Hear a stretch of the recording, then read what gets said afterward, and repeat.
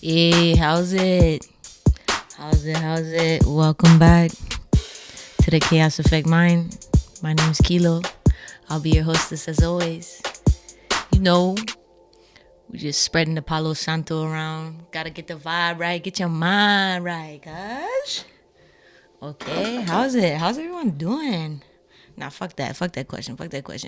How's everyone feeling? How about that? How's everyone feeling? Okay, I know it's been a couple weeks since I've been on here. I feel like I start most of my segments that way, but I've really been refocusing on, or being intentional about refocusing on how I want to proceed forward with this. I may do shorter intervals or not. I got the gift of gab, so I be yakking. I didn't mean to stutter that much. I just did. But yeah, anyway, so I'm about to use my root chakra bowl. Ground ourselves for a sec. Hold up. Let's give it up to God one time. Lower the volume, or if you're wearing headphones, I would turn this down.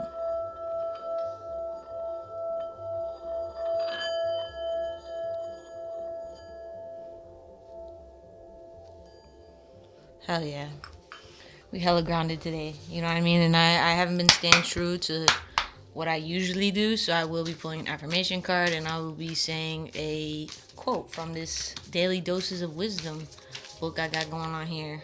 Oh, what wants to drop out? Let's see. Caring nature. I think this came up in a reading I did the other day. I will always aim to be sympathetic, empathetic, compassionate, and kind. However, I will avoid expending my own mental health and happiness for the sake of others. My first priority is me. Boom. This kind of goes in alignment with what we're going to talk about today. Yeah, that's very important to understand that, yes, we are caring and nurturing in our nature, but at what price, at what cost? And are we staying true to ourselves, or are we being dishonest with ourselves in some way that we end up betraying ourselves in some way? And it's the small betrayals that get you, right? Because they end up adding up after that. So that can be a little tricky, especially with people you care about, especially around times right now, right? You got the holidays, whether you celebrate or don't. There is this like underlying expectation that you are going to be present and around family or people you love or people that love you. You know what I mean? It's just that underlying expectation that's always constant in there, in my opinion, around Thanksgiving, and Christmas.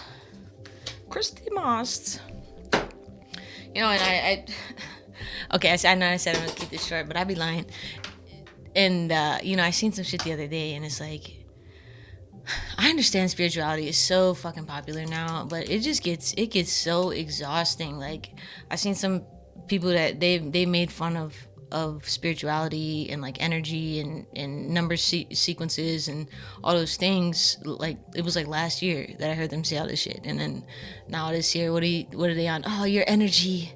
I'm like, okay, like I'm suspect about you, cuz what I mean. Of course, you're allowed to change your mind, you're allowed to change your opinion, etc., but the way in which they dogged the subject, and now how hard they're on, it's like, what the kids be saying? What the skimpity toilet? What is you doing? What the skimpity toilet flag?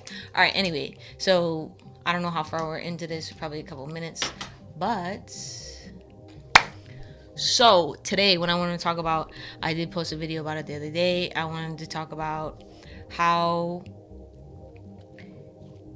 healing your abandonment wounds can benefit you in the long run. It's gonna be seven topics I go over, things you can develop along the way, and yeah, just methods you can use to understand and know that when somebody says nobody is coming to save you, they don't mean it in a negative way.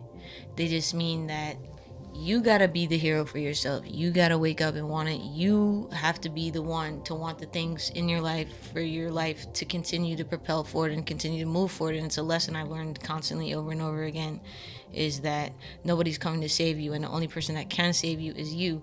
Now, who's in your way? tends to be us. It tends to be we're our own worst critic in our life.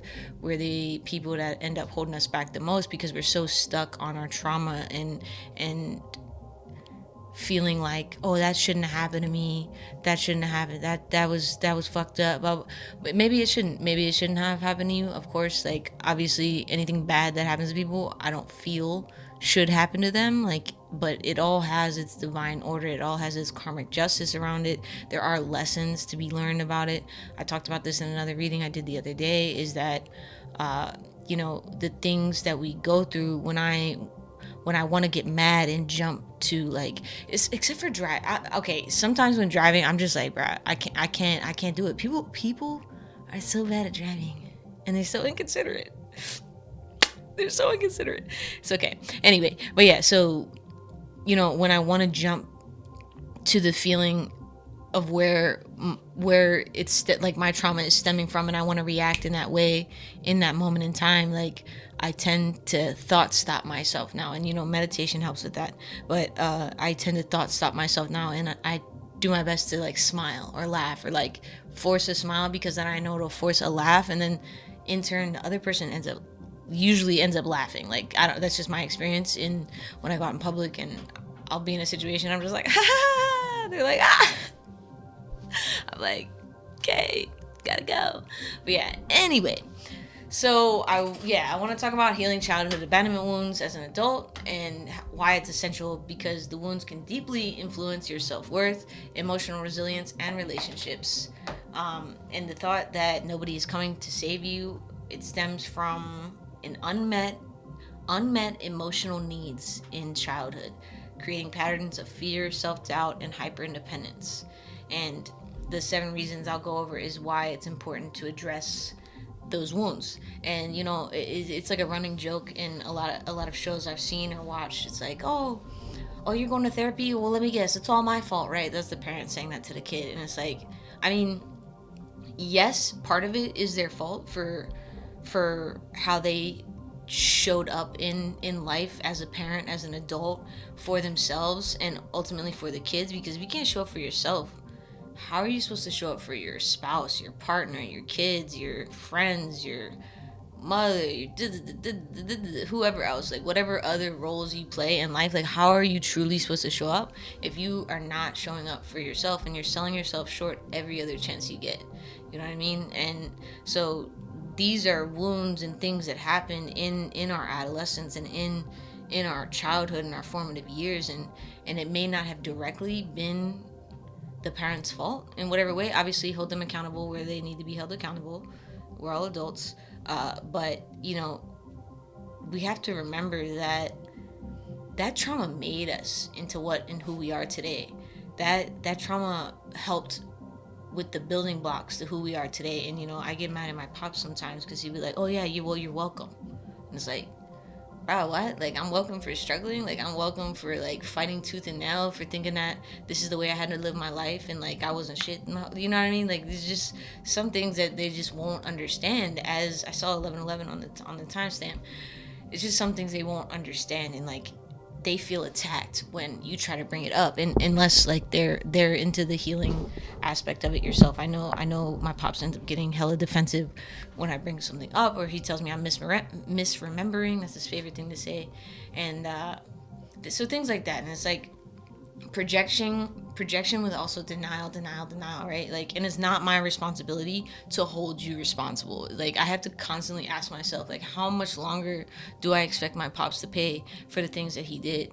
You know what I mean? How much longer do I expect whatever, my mom, she's not in my life, but how much longer do I expect her to pay for the things she did? You know what I mean? And I, now, to me, like, I cut that mother daughter relationship out. Like, I was the one that called her after 10 years, because I felt like it was a part of my healing and I needed to do that. And it was just confirmation of me to know that she truly may care about me in essence, but does not give a fuck about me or who I am and what I'm doing, etc., etc. And that's cool. Like, that's totally cool. Like, we're all humans. Like, we don't tend to get along with everyone that we have in our lives. So why should family be any different just because they're blood? You know what I mean? They're human. They breathe, bleed just like us. So, and that's like a whole other subject. You know what I mean? Again, like, I always have to be the parent in my relationship. So like fighting through those emotional needs and wants, and like not understanding where my emotional needs stem from, or like what they were, and like being a therapist to my mom, and being a punching bag for my dad. And it's just a back and forth, you know what I mean? So those abandonment wounds and those emotional wounds can stay prevalent in your today, who you are today, if you do not acknowledge them, if you do not face them, if you do not think about them, if you don't understand 1313 when I said that, understand where they stem from, where they're coming from. Okay. And I feel like understanding where they come from, and like reliving that story and saying that story, not to trigger you. Now you will be triggered in the beginning, but not to trigger you, but to help you delve deeper into your mind, and to help you understand why that triggers you and what those emotions are behind it. And again, this is where meditation comes in handy, because you observe what you're feeling, how you felt in the moment, you label the emotion, you say, okay, this was wrong for that reason, I didn't deserve that for this reason, mainly because you were the child, right? But also, so this is where this was probably stemming from this thing from them, like, and that has nothing to do with me, right? It only has something to do with me because I experienced it inadvertently, but they got to deal with their own shit. Okay. And like, not everybody is going to do that in this life, and that's completely cool. You can't hang where I bang, but it's totally cool with me, you know what I'm saying? All right, anyway, so there are 3 books that like I'm rereading one, but the other 2 I'm still working on. And like, it brought up a lot. It brought up a lot of like, they're all based upon being worthy, our attachment, and 13. The other book is 13 Things Mentally Strong People Don't Do. So the one is called Attached. Worthy is the other one. Excuse me. And then 13 Things Mentally Strong People Don't Do. So as far as like, sometimes I want to talk so fast. Yeah, I don't need to talk faster to get my message out there. So anyway. So yeah, they all have chapters on being worthy. Well, worthy obviously is in its entirety about being worthy and feeling worthy, etc., and where those things stem from. But it has a lot to do with, imposter syndrome, which can be a main thing of like, no one's coming to save you, right? Like, how do you show up for yourself as someone that can save you if you feel like an imposter? You know what I mean? And like, I've decided that I just don't fucking care anymore. Like, I don't give a fuck if people are judging me. I'm tired of these monitoring spirits. They're gonna monitor me anyway, so get a good look. You know what I'm saying? Like, I'm over it. Like, I'm not gonna not put my shit out there because you guys are trying to suck me dry, my energy and my essence. Like, that's not what we doing anymore, okay? So you can see my face good money, okay? You know the ads, you know where I'm at on IG. Y'all be watching, you don't be liking, but then I look on my timeline and I'm like, suspicious. This looks very similar to something. Nah, but ideas stem from everywhere, you know what I mean? I'm just tired of being the inspiration for all y'all. Y'all need to pay me, okay? Anyway, that's another subject. I don't even know what to call these.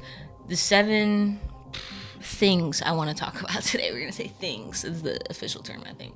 But anyway, so developing self-trust, breaking the cycle of hyper-independence, guilty, building healthier relationships, rewriting limiting beliefs, reclaiming your inner child, fostering emotional resilience, and living authentically, okay?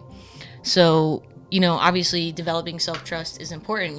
When I was younger, my parents didn't trust themselves, specifically my mother. She didn't trust herself. So in turn, she never trusted me.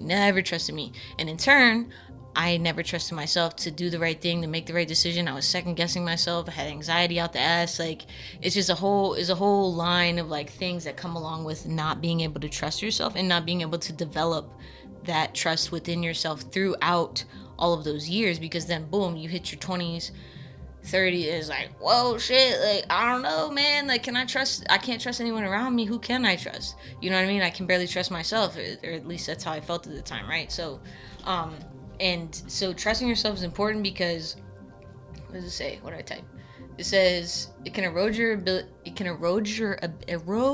ability. I can talk, to trust yourself. And you may have internalized the feeling of feeling unworthy or unsupported in your environment, or unworthy of care and support in your environment.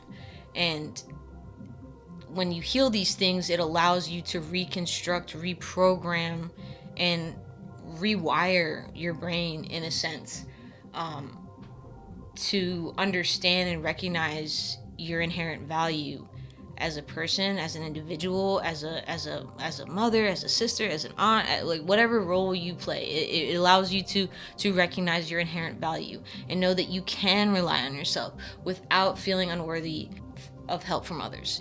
That's one thing I struggled with. I could never trust anyone to get anything done for me. So I was like, fuck it, I'll put this shit on my back. Like, it's I got it. And then it became too much, right? Because the people I was around at the time, we weren't really, like, we were friends, like, but mainly because they were getting something from me, right? Like, most of the people that were in my life around these times, like, they were receiving something from me, but I was receiving nothing in return, and I thought that was cool. You know what I mean? And in retrospect, like, I allowed these things in my life. Like, I'm not a victim, so I allowed these people and things in my life, and I allowed them to continue to come back into my life, come back and keep hurting me and keep doing the things and taking and taking and taking, and I was just giving and giving, and so, and then it got to a point where I just exploded, right? Like, I blew up on some of the people in my life. But that's, again, self-trust. Like, you gotta trust your intuition to know when it's time.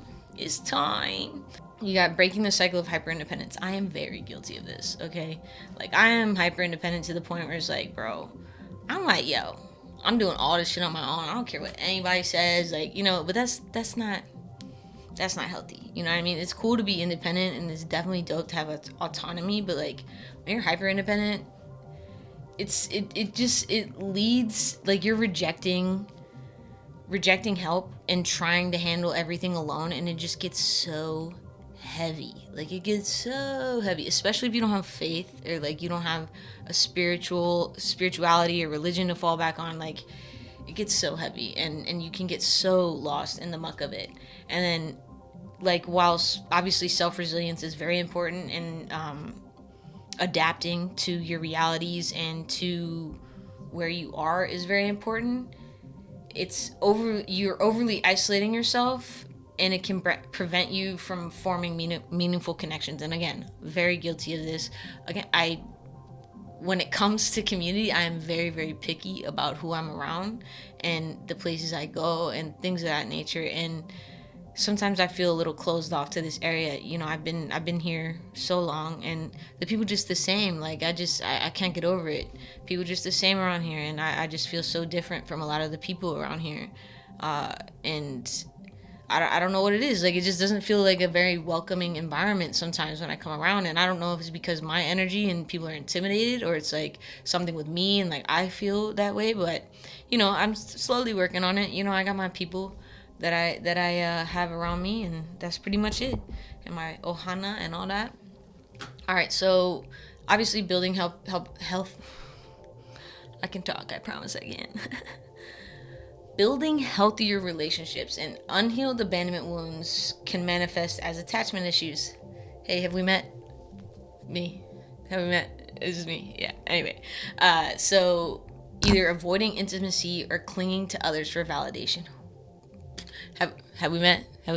Yeah, so this used to be something I did a lot, like clinging to people for validation, because I wasn't receiving that validation for myself or from the things I was doing in my life. I just wasn't fulfilled. Again, like, I'm filling other people's cups while filling from a completely empty cup myself, and we all know how that works, right? And I'm a glass half full kind of person, but, it's still very difficult when your cup looking like the Sahara Desert and shit.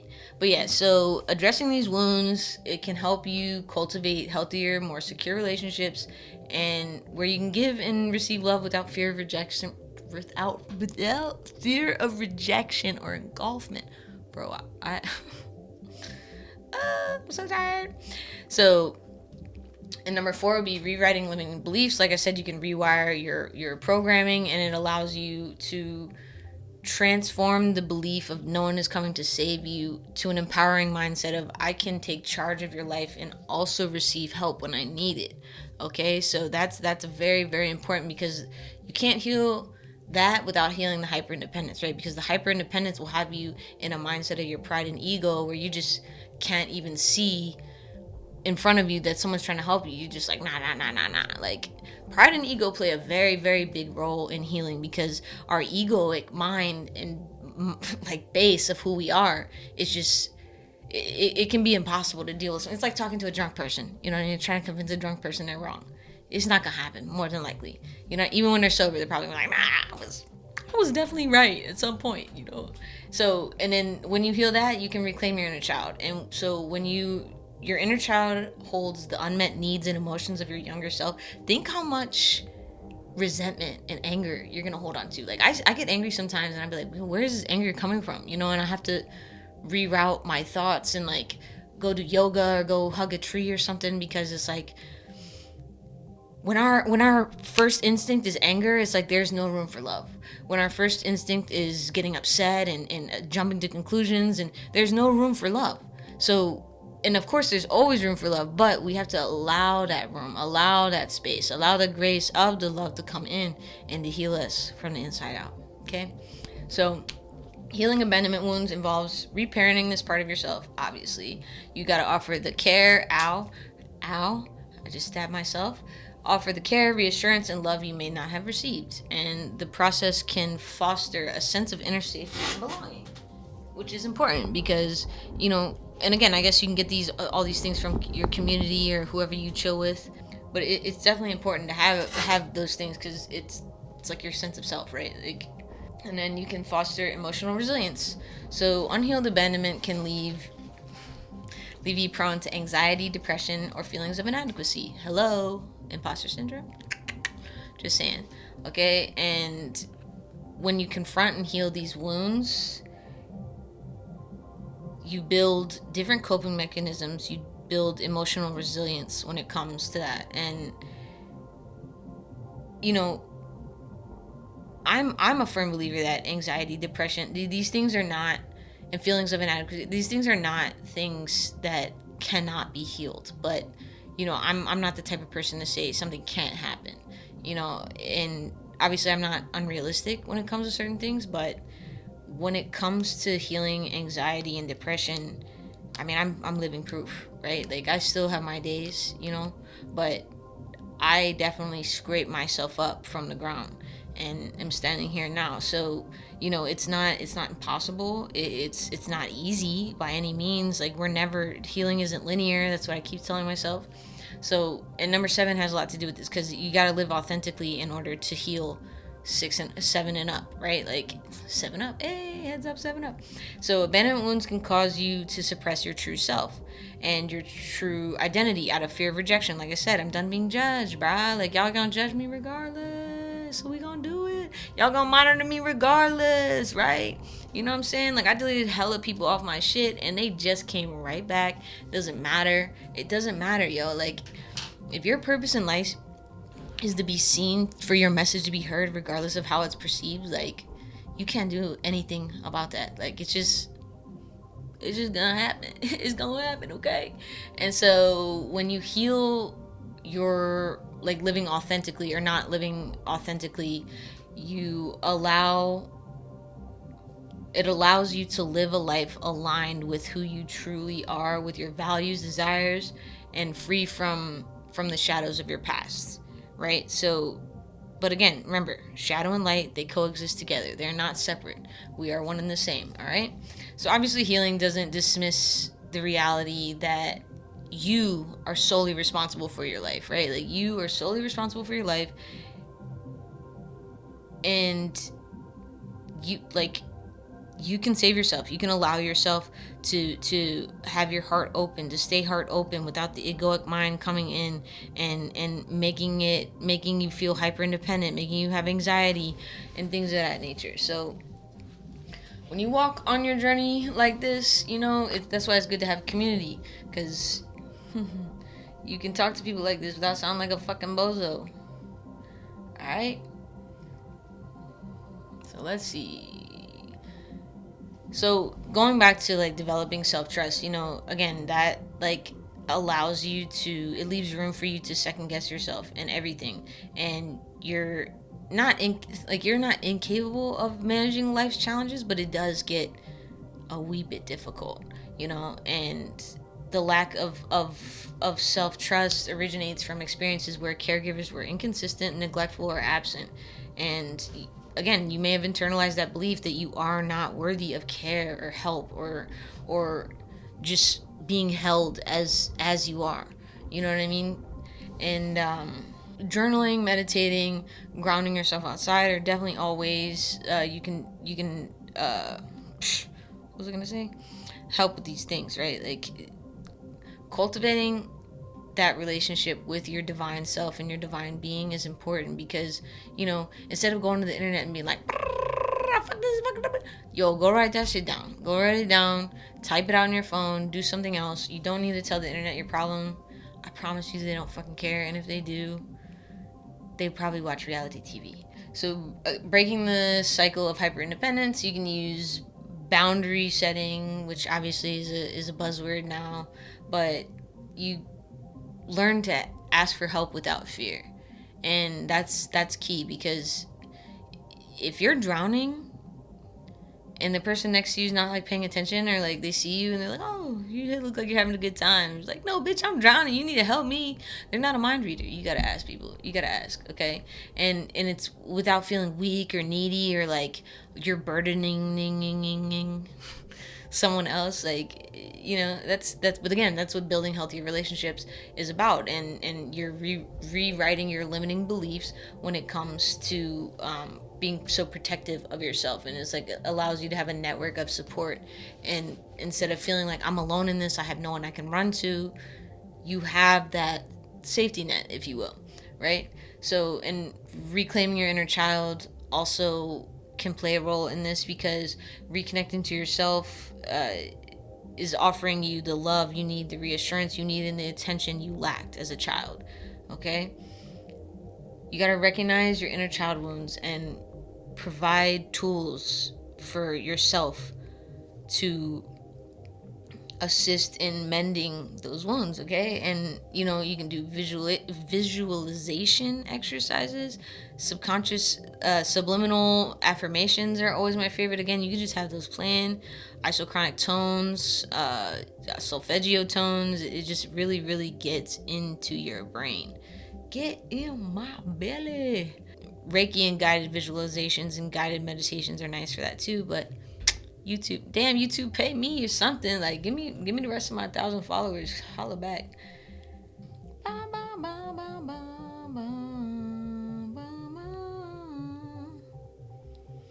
Yeah, man. So just understand that when I say no one's coming to save you, like, but you could save you, right? Like, but you're not alone. You're not alone in this, right? You gotta show up authentically, show up as yourself. The people that are, again, this is going to be so corny and buzzy, the people that are for you, you will never be too much for. And that's something I have to remind myself, especially when I'm going to like say something about my needs or say something about my anxiety, and I just saved my ass the other day. Not even saved my ass, I had anxiety about something, so I was write. I was writing, I meditated, I wrote some more, I wrote again, and I was going to send a voice memo out, so I recorded it myself. I listened back to myself, and I was like, this sounds silly as fuck, you know what I mean? So I not that I'm not going to bring up what I was going to bring up, but it's just, I'm less anxious about it than I was before, and sometimes that's all we need. But again, we have to remember to stop ourselves and to think before we act, because again, we cannot take back our words. We cannot take back anything we say. Someone can't unhear anything gnarly that we say. It can't happen, right? Maybe in another world, maybe soon, I don't know. But yeah, I pray y'all have a lovely, lovely night. Thank you for tuning in. Again, my name is Kilo. This is the Chaos Effect Mind. Follow me on everything, okay? Peace.